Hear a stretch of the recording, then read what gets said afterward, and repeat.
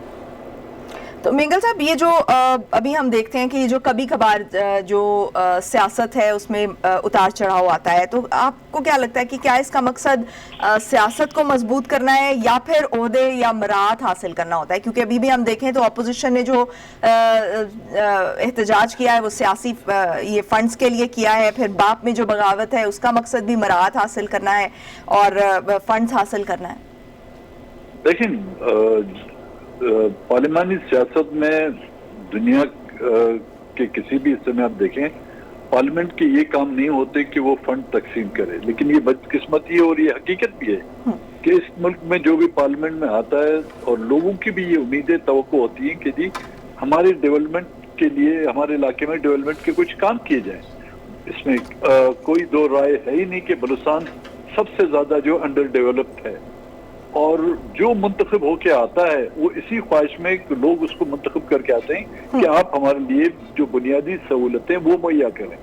اگر پانی نہیں ہے وہاں پر پینے کے پانی کی سہولت ہو, اسکول ہو, کمیونیکیشن کے ذرائع ہوں, بیسک ہیلتھ کی فیسلٹیز ہوں, اور یہ تمام جو ممبر منتخب ہو کے آتے ہیں چاہے ان کا تعلق حکومت سے ہو یا اپوزیشن ہو ان کا برابر حصہ ہونا چاہیے. یہ نہ ہو کہ جو حکومت میں ہیں ان علاقوں کو آپ ڈیولپ کریں, جو اپوزیشن میں ہیں ان کو نظر انداز کر کے غیر منتخب لوگوں کو, اور وہ لوگ جو ایک کونسلر کی سیٹ نہیں جیت پاتے اپنی پارٹی کے لوگوں کو وہاں پر آپ فنڈ مہیا کریں اور ان کے مقابلے میں منتخب نمائندگان جو ہے وہ سر پہ ہاتھ رکھ کے بیٹھے تو ظاہر اس کا ری ایکشن تو ہوگا.